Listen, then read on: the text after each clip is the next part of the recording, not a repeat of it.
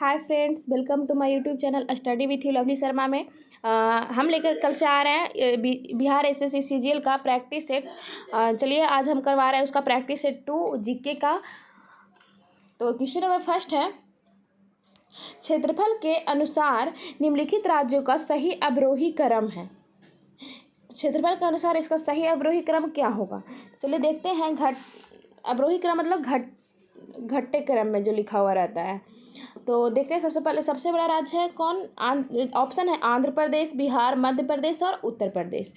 तो इसका सही उत्तर हो जाएगा ऑप्शन नंबर डी।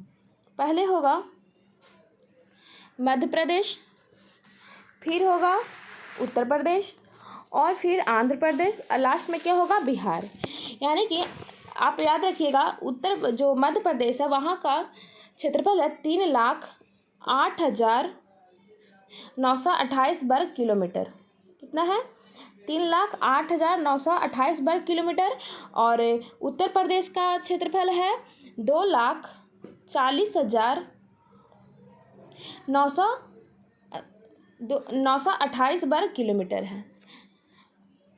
ऐसे ही करके है, तो इसका सही उत्तर हो जाएगा ऑप्शन नंबर डी।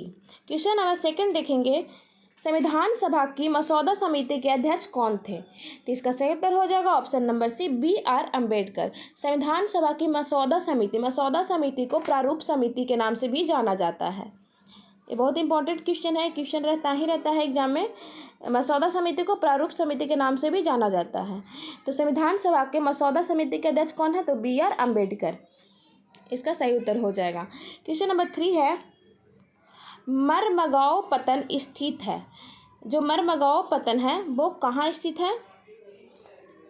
तो इसका सही उत्तर हो जाएगा ऑप्शन नंबर सी, गोवा में। मरमगांव जो पत्तन यानी कि बंदरगाह भारत के पश्चिमी तट पर गोवा में स्थित है। गोवा में कहाँ है? पश्चिमी तट पर स्थित है। याद रखिएगा, गोवा में पश्चिमी तट पर मरमगांव पत्तन बंदरगाह स्थित है। क्वेश्चन नंबर 4, निम्नलिखित में से कौन असम से संबंधित लोक नृत्य शैली नहीं है? क्वेश्चन ध्यान से पढ़िएगा, नहीं है। तो इसका सही उत्तर हो जाएगा मंदजास।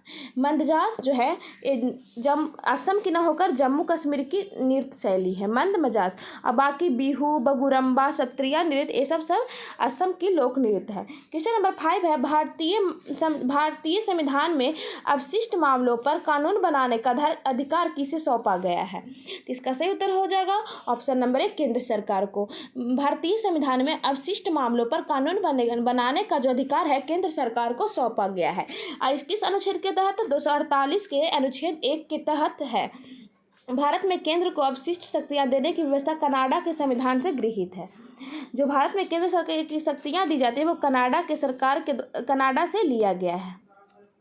क्वेश्चन नंबर 6 है, बिहार में पहली चीनी मिल कहाँ स्थापित हुई थी? तो इसका सही उत्तर हो जाएगा ऑप्शन नंबर बी, बेतिया में। बिहार में पहली चीनी मिल 1840 ईस्वी में बेतिया में डचों द्वारा स्थापित की गई थी। प्रथम सफल चीनी मिल 1903 में जो सफल नहीं हुई थी, मतलब पहली बार स्थापित की गई थी, लेकिन जो प्रथम सफल चीनी मिल है वो मडौरा में स्थापित की गई थी। और वो कब की गई थी? 1903 में की गई थी। क्वेश्चन नंबर 7, निम्नलिखित नदियों में कौन बिहार में गंगा से मिलती है? तो इसका सही उत्तर हो जाएगा ऑप्शन नंबर 1, गंडक। जो घाघरा और गंडक नदियां उत्तर दिशा में गंगा नदी से मिलती है। घाघरा और गंडक जो नदियां हैं उत्तर दिशा में गंगा से मिलती है, तथा दक्षिण दिशा में सोन और पुनपुन नदी गंगा में मिलती है। सोन और पुनपुन है जो दक्षिण दिशा में मिलती है। कहाँ मिलती है? दक्षिण दिशा में। और गंडक और जो घाघरा है वो बिहार में मिलती है। किस दिशा में मिलती है? उत्तर दिशा में। तो इसका सही उत्तर हो जाएगा, याद रखिएगा, इसका सही उत्तर हो जाएगा ऑप्शन नंबर 1। मतलब 1, 2, 3, 4 सारी नदियां हैं जो बिहार में गंगा नदी से मिलती है। गंडक, घाघरा, सोन, पुनपुन 4 नदियां। क्वेश्चन नंबर 8 है, लोकसभा को उसके कार्यकाल की समाप्ति के पूर्व ही भंग किया जा सकता है। किसके द्वारा? तो इसका सही उत्तर हो जाएगा ऑप्शन नंबर सी, लोकसभा को राष्ट्रपति के द्वारा भी राष्ट्रपति मंत्री परिषद की सलाह पर लोकसभा को भंग कर सकते हैं। तो हम पढ़ेंगे अनुच्छेद 83 के 2 के तहत अनुसार लोकसभा का समान कार्यकाल 5 वर्ष का तक का होता है। परंतु भारतीय संविधान के जो अनुच्छेद है 85 के 2 के ख के तहत राष्ट्रपति लोकसभा को मंत्रिपरिषद की सलाह से उसके कार्यकाल के समाप्ति के पूर्व भी भंग कर सकता है। यानी कि लोकसभा के जो भंग करने का अधिकार है वो अनुच्छेद 85 के 2 के ख में है। और लोकसभा है जो 83 के 2 के अनुसार लोकसभा का सामान्य कार्यकाल कितने वर्ष का होता है? 5 वर्ष का होता है। अब हम क्वेश्चन नंबर 9 है, संयुक्त राष्ट्र संघ का मुख्यालय कहाँ पर स्थित है? तो इसका सही उत्तर हो जाएगा ऑप्शन नंबर बी, न्यूयॉर्क में। संयुक्त राष्ट्र संघ की स्थापना सैन फ्रांसिस्को में लिए गए निर्णय के बाद 24 अक्टूबर 1945 को अमेरिका के न्यूयॉर्क में किया गया था। संयुक्त राष्ट्र संघ की स्थापना कब की थी? 24 अक्टूबर 1945 को न्यूयॉर्क में किया गया था। क्वेश्चन नंबर 10 देखेंगे, मंत्रिपरिषद उत्तरदायी होती है। तो इसका सही उत्तर हो जाएगा मंत्रिपरिषद सामूहिक रूप से संसद के प्रति उत्तरदायी होती है। मंत्रिपरिषद अनुच्छेद किसमें 75 के 3 में दिया हुआ है। यहाँ पर तो संसद के प्रति लिख लिया, ऐसे भी रहता है मंत्रिपरिषद लोकसभा के प्रति भी उत्तरदायी होती है। क्वेश्चन नंबर 11 देखेंगे, वर्तमान लोकसभा में प्रत्येक राज्य के लिए स्थानों का आवंटन आधारित है। तो इसका सही उत्तर हो जाएगा ऑप्शन नंबर सी, 1971 की जनगणना पर मूल भारतीय संविधान के अनुच्छेद 82 के तहत लोकसभा में सीटों का जो निर्धारण पूर्ववर्ती जनगणना पर यानी कि आधारित किया गया, जिसमें 42वें संविधान संशोधन अधिनियम 1976 द्वारा संशोधन करके निश्चित किया गया है कि सन 2000 ईस्वी के बाद होने वाली प्रथम जनगणना तक 1971 की जनगणना की लोकसभा के सीटों के आवंटन का मानक जनगणना मानी जाएगी। नवीन संशोधन के अनुसार लोकसभा के स्थानों में परिवर्तन 2026 ईस्वी तक नहीं किया जाएगा। क्वेश्चन नंबर 12 देखेंगे, यदि किसी राज्य की विधानसभा का अध्यक्ष पद त्यागना चाहे तो उसे अपना त्यागपत्र किसे देना होगा? इसका सही उत्तर हो जाएगा ऑप्शन नंबर सी, उपाध्यक्ष को। संविधान के अनुच्छेद 179 के अनुसार अंतर्गत विधानसभा के अध्यक्ष व उपाध्यक्ष दोनों ही एक दूसरे को संबोधित पत्र द्वारा अपने पद से त्यागपत्र दे सकते हैं, अनुच्छेद 179 के अनुसार। क्वेश्चन नंबर 13 देखेंगे, राज्यसभा को भंग करने का अधिकार किसे प्राप्त है? तो इसका सही उत्तर हो जाएगा ऑप्शन नंबर डी, उपयुक्त में से किसी को नहीं। संविधान सभा के जो अनुच्छेद है 83 के 1 के तहत 83 के 1 के अनुसार राज्यसभा को भंग नहीं किया जा सकता, क्योंकि यह एक अस्थायी सदन है। राज्यसभा क्या है? एक अस्थायी सदन है, याद रखिएगा। राज्यसभा एक अस्थायी सदन है और इसको भंग नहीं किया जा सकता। किस अनुच्छेद में दिया हुआ है? 83 के 1 के तहत दिया हुआ है। राज्यसभा के 1/3 सदस्य हर दूसरे वर्ष अवकाश ग्रहण करते तथा उनके स्थान पर नए सदस्य को चुने जाते हैं। क्वेश्चन नंबर 14 है, भारतीय संविधान की प्रस्तावना के सिलसिले में निम्नलिखित में से कौन क्रम सही है? भारतीय संविधान की जो प्रस्तावना है उसमें निम्नलिखित में से कौन सा क्रम सही है? तो इसका सही उत्तर हो जाएगा ऑप्शन नंबर डी, सार्वभौम सत्ता संपन्न समाजवादी धर्मनिरपेक्ष जनवादी गणतंत्र। संविधान संशोधन, भारतीय संविधान की प्रस्तावना 42वें संविधान संशोधन के बाद जिसमें कुछ नए आदर्श प्रतिस्थापित किए गए हैं। अब सही क्रम में सार्वभौम सत्ता संपन्न समाजवादी धर्मनिरपेक्ष जनवादी एवं गणतंत्र है। क्वेश्चन नंबर 15 पढ़ेंगे, सुल्ताना रजिया के पिता कौन थे? तो इसका सही उत्तर हो जाएगा option number C, Iltutmish. Razia Sultan Iltutmish की पुत्री थी। वह दिल्ली सल्तनत की प्रथम महिला शासिका थी। क्वेश्चन नंबर 16 देखेंगे, संसद के दोनों सदनों का संयुक्त अधिवेशन आयोजित होता है। तो इसका सही उत्तर हो जाएगा ऑप्शन नंबर जो डी दिया हुआ है, देख लेते हैं। ऑप्शन नंबर डी, केवल 4। केवल 4 में है, एक ऐसे विधेयक पर विचार करने और उसे पारित करने के लिए जिस पर दोनों सदनों में मतभेद हो तब राष्ट्रपति के द्वारा संयुक्त अधिवेशन बुलाया जाता है। अब हम पढ़ेंगे इसको एक्सप्लेनेशन से पढ़ेंगे। भारतीय संविधान के अनुच्छेद 108 के अनुसार संसद के दोनों सदनों की संयुक्त बैठक केवल साधारण विधेयक पर उनमें मतभेद होने की स्थिति में ही होती है। राष्ट्रपति व उपराष्ट्रपति के निर्वाचन, संविधान संशोधन विधेयक तथा धन विधेयक के मामलों में संसद की संयुक्त बैठक का कोई प्रावधान नहीं है। अब हम देखेंगे क्वेश्चन नंबर 17। किसी राज्य में विधान परिषद की संरचना अथवा उसका विघटन किया जा सकता है। किसी राज्य में विधान परिषद की संरचना अथवा उसका विघटन किया जा सकता है, तो इसका सही उत्तर हो जाएगा ऑप्शन नंबर सी, संसद द्वारा राज्यपाल की अनुशंसा पर। संविधान के अनुच्छेद 169 के अनुसार अंतर्गत संसद विधि द्वारा किसी ऐसे राज्य में जहां विधान परिषद नहीं है में विधान परिषद का सृजन तथा जिस राज्य में विधान परिषद विद्यमान है उस राज्य से उसका उत्पादन कर सकती है। संसद द्वारा किसी राज्य में विधान परिषद के सृजन या उत्पादन के लिए संबंधित राज्य की विधानसभा द्वारा इस आशय का संकल्प कुल सदस्यों के बहुमत एवं उपस्थिति व मत देने वाले सदस्यों के 2/3 बहुमत से पारित किया जाना आवश्यक है। विधान परिषद के सृजन या उत्पादन के लिए संसद द्वारा पारित विधेयक अनुच्छेद 368 के अधीन संविधान संशोधन नहीं मानी जाएगी। क्वेश्चन नंबर 18 है, निम्नलिखित में से कौन सा संगठन विश्व विकास रिपोर्ट प्रकाशित करता है? तो इसका सही उत्तर हो जाएगा ऑप्शन नंबर बी, विश्व बैंक। विश्व विकास रिपोर्ट, वर्ल्ड डेवलपमेंट रिपोर्ट एक वार्षिक रिपोर्ट है जो 1978 ईस्वी से IBRD जो है IBRD, इसका फुल फॉर्म आप लोग लिख लीजिएगा। इसका फुल फॉर्म होता है international bank of reconstruction and development, IBRD का फुल फॉर्म होता है।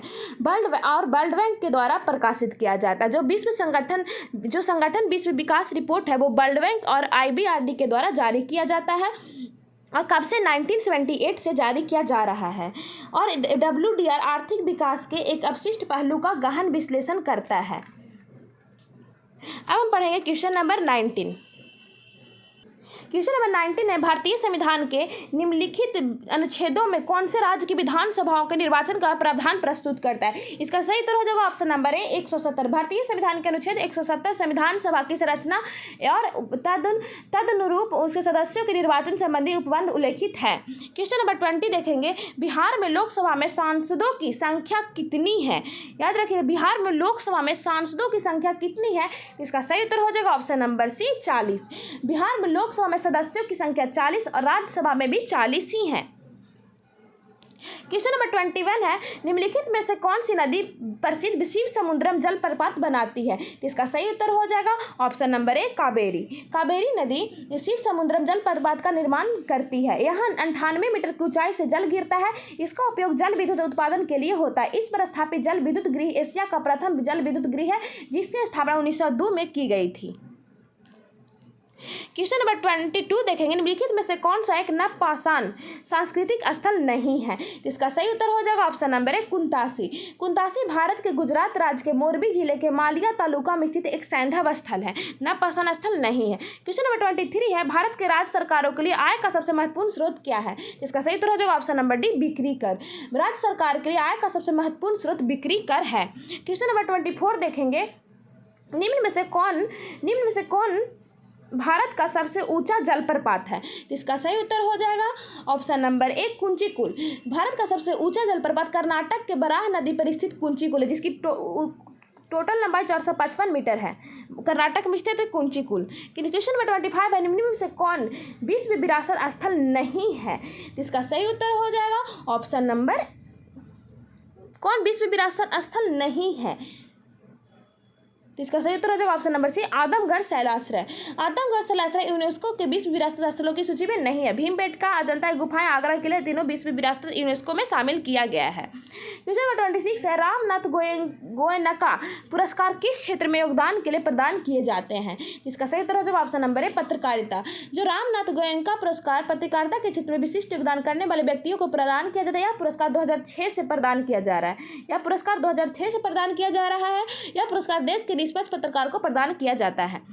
क्वेश्चन नंबर 27 देखिए, नमक सत्याग्रह किस इस कौन सी ईस्वी में प्रारंभ हुआ था? इसका सही उत्तर हो जाएगा ऑप्शन नंबर है 1930 में। गांधी जी ने नमक सत्याग्रह 1930 में शुरुआत की थी। यह आंदोलन 12 मार्च 1930 को साबरमती आश्रम से अपने 78 अनुयायियों को साथ लेकर दांडी तक पैदल यात्रा में आरंभ किया था, जिसे दांडी मार्च से जाना जाता है। दांडी पहुंचकर उन्हें 6 अप्रैल 1930 को मुट्ठी भर नमक बनाकर नमक कानून को तोड़ा था। क्वेश्चन नंबर 28 देखेंगे, एपेक का पूर्ण रूप क्या है? एपेक का पूर्ण रूप क्या है? तो इसका सही आंसर हो जाएगा option number D, Asia Pacific economic corporation. इसका स्थापना, जो एपेक की स्थापना 1989 में हुई थी, 1989 में हुई थी, और इसमें वर्तमान में 21 देश इसमें मेंबर हैं। क्वेश्चन नंबर 29 है, निम्नलिखित राजवंशों में किसका उल्लेख संगम साहित्य में नहीं हुआ है? तो इसका सही उत्तर हो जाएगा option number A, Kadamba.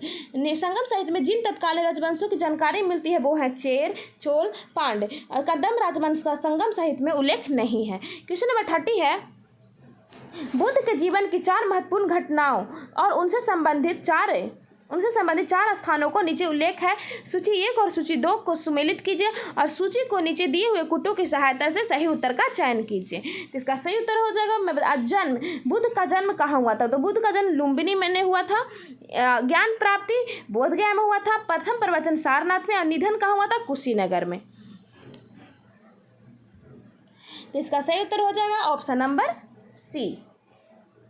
Question number 31 है, पाटलिपुत्र में स्थित चंद्रगुप्त का महल मुख्यतः बना था। इसका सही उत्तर हो जाएगा ऑप्शन नंबर सी, लकड़ी से। चंद्रगुप्त का मेघास्थानीज के विवरण से पता चलता है कि चंद्रगुप्त का महल लकड़ी का बना हुआ था, जिसके चारों ओर परिखा बनी हुई थी। वर्तमान पटना के निकट कुम्हरार की खुदाई में लकड़ी के स्तंभों या लकड़ी की चहारदीवारी के प्रमाण मिले हैं।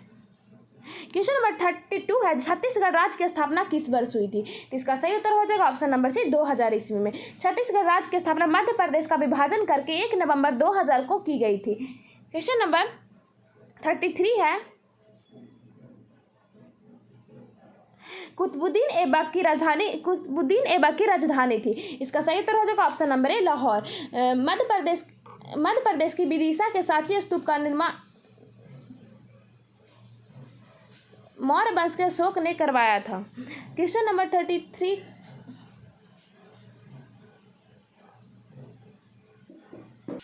अब हम क्वेश्चन नंबर 24 पढ़ेंगे, सांची का स्तूप का निर्माण किसने करवाया था? इसका सही उत्तर हो जाएगा ऑप्शन नंबर सी, सांची का स्तूप मध्य प्रदेश के विदिशा में बनाया गया है और मौर्य वंश के शासक अशोक के द्वारा बनाया गया था। क्वेश्चन नंबर 35 है, हुमायूं द्वारा लड़े गए 4 प्रमुख युद्धों को तिथि अनुसार सही क्रम संकेत एवं युद्ध स्थलों के नाम नीचे अंकित है। इसका सही उत्तर हो जाएगा देवरा, पहला होगा देवरा का युद्ध, दूसरा होगा चौसा का युद्ध एवं तीसरा कन्नौज और सरहिंद। हम आपको चलिए बताते चलते हैं कि देवरा का युद्ध 1532 में हुआ था, 1532 में हुआ था। भाई चौसा का युद्ध हुआ था 1539 में हुआ था, और कन्नौज का युद्ध हुआ था 1540 में हुआ था, एवं सरहिंद का युद्ध हुआ था 1555 में। सरहिंद को युद्ध को मछुआरा का युद्ध भी कहा जाता है। क्वेश्चन नंबर 36 है, हजरत निजामुद्दीन औलिया की दरगाह कहाँ पर स्थित है? इसका सही उत्तर हो जाएगा ऑप्शन नंबर सी, दिल्ली में। हजरत निजामुद्दीन औलिया चिश्ती संप्रदाय के सूफी संत, इनका दरगाह दिल्ली में अवस्थित है। क्वेश्चन नंबर 37 है, अर्जुन पुरस्कार किस क्षेत्र में दिया जाता है? इसका सही उत्तर हो जाएगा ऑप्शन नंबर ए, खेल में। अर्जुन पुरस्कार प्रत्येक वर्ष विभिन्न खेलों के उत्कृष्ट योगदान वाले खिलाड़ियों को दिया जाता है। इसके तहत जो खिलाड़ी होते हैं उन्हें 15 लाख रुपए का पुरस्कार दिया जाता है। क्वेश्चन नंबर 38 है, रंजीत सिंह ने सुप्रसिद्ध कोहिनूर हीरा किसे प्राप्त किया था? तो इसका सही उत्तर हो जाएगा ऑप्शन नंबर शाह शुजा से। काबुल के विस्थापित शासक शाह शुजा ने काबुल राज प्राप्त करने के लिए रंजीत सिंह से सहायता मांगी थी तथा कोहिनूर हीरा भेंट किया था। क्वेश्चन नंबर 39 है, लॉर्ड बेलजली की सहायक संधि को स्वीकार करने वाला पहला मराठा सरदार कौन था? इसका सही उत्तर हो जाएगा option number A, Peshwa Bajirao द्वितीय। लॉर्ड बेलजली का जो शासनकाल था वो कब से कब तक था? 1798 से 1805 तक था लॉर्ड बेलजली का शासनकाल। जिन्होंने सहायक संधि की नीति के द्वारा बहुत से देशी राज्यों को अपने अधीन किया था। पेशवा बाजीराव द्वितीय सहायक संधि स्वीकार करने वाले प्रथम मराठा सरदार थे। क्वेश्चन नंबर 40 है, निम्न में से कौन ऑल इंडिया मुस्लिम लीग की स्थापना किए थे? इसका सही उत्तर हो जाएगा ऑप्शन नंबर डी, नवाब सलीमुल्लाह खान। 1906 में ढाका में नवाब सलीमुल्लाह खान तथा अन्य मुस्लिम नेताओं ने अखिल भारतीय मुस्लिम लीग की स्थापना की थी। क्वेश्चन नंबर 41, निम्नलिखित में कौन आत्मीय सभा के संस्थापक है? जिसका सही उत्तर हो जाएगा ऑप्शन नंबर ए, राजा राम मोहन राय। राजा राम मोहन राय ने आत्मीय सभा की स्थापना 1815 में किए हैं। क्वेश्चन नंबर 42 है ब्रह्म समाज की स्थापना किस वर्ष हुई थी, जिसका सही उत्तर हो जाएगा ऑप्शन नंबर 1828 में। ब्रह्म समाज हिंदू धर्म का प्रथम सुधार आंदोलन था। इसकी स्थापना राजा राम मोहन राय ने 20 अगस्त 1828 को कलकत्ता में की थी। राजा राम मोहन राय को भारतीय पुनर्जागरण का मसीहा भी जाना जाता है। क्वेश्चन नंबर 43, भारत एक प्रमुख लौ अयस्क क्षेत्र है, जिसका सही उत्तर हो जाएगा, इसका सही उत्तर हो जाएगा 43 का सही उत्तर हो जाएगा option number D. Odisha Jharkhand क्षेत्र भारत का एक प्रमुख जो लौ अयस्क क्षेत्र है। ओडिशा झारखंड का जो क्षेत्र है भारत का प्रमुख लौ अयस्क क्षेत्र है। जीएसटी का पूरा अर्थ क्या होता है, इसका सही उत्तर हो जाएगा जीएसटी का पूरा अर्थ गुड्स एंड सर्विस टैक्स होता है। क्वेश्चन नंबर 45 है, पृथ्वी को सूर्य की परिक्रमा करने में कितने दिन लगभग लगते हैं, इसका सही उत्तर हो जाएगा ऑप्शन नंबर बी 365.25 दिन लगते हैं।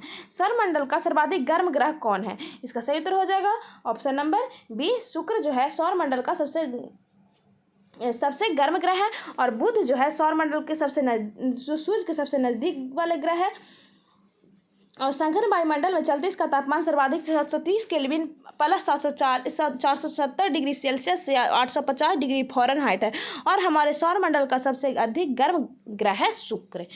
क्वेश्चन नंबर 47 है, नर्मदा नदी मध्य प्रदेश में किस पहाड़ी से होकर निकलती है, नर्मदा नदी मध्य प्रदेश में किस पहाड़ी से होकर निकलती है, तो इसका सही उत्तर हो जाएगा ऑप्शन नंबर सी अमरकंटक की पहाड़ियों से।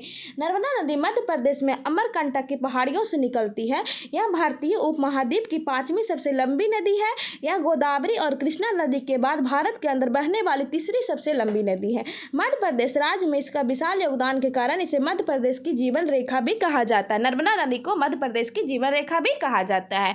क्वेश्चन नंबर 48 है, विश्व का बृहत्तम डेल्टा निर्मित होता है, इसका सही उत्तर हो जाएगा ऑप्शन नंबर 1 गंगा एवं ब्रह्मपुत्र द्वारा। गंगा का मैदान उत्तर प्रदेश, बिहार, पश्चिम बंगाल में विस्तृत है। इसका डेल्टाई भाग पश्चिम बंगाल तथा बांग्लादेश में विस्तृत है। गंगा का डेल्टा विश्व में सबसे बड़ा डेल्टा है। यह मैदान हिमालय से निकलने वाली गंगा तथा इसकी सहायक नदियां जैसे कि यमुना, गोमती, घाघरा, गंडक तथा कोसी की निक्षेप क्रिया द्वारा बनाया गया है।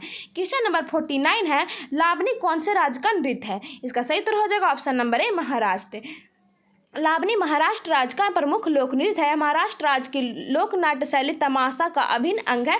आज इसे महाराष्ट्र में सबसे लोकप्रिय और प्रसिद्ध लोक नृत्य के रूप में जाना जाता है। यह जो है लावनी महाराष्ट्र में तमाशा का अभिन्न अंग है। क्वेश्चन नंबर 15 है, भारतीय अर्थव्यवस्था की प्राथमिक क्षेत्र है, इसका सही उत्तर हो जाएगा ऑप्शन नंबर 1 कृषि। अर्थव्यवस्था के प्राथमिक क्षेत्र में प्राकृतिक संसाधनों के निष्कर्षण और संग्रहण में कोई भी उद्योग शामिल होता है, जैसे कृषि, वानिकी, खनन व मत्स्य। अगर आप लोग को वीडियो पसंद है तो प्लीज़ चैनल को सब्सक्राइब कीजिए, वीडियो को लाइक कीजिए एंड शेयर कीजिए। Thanks for watching.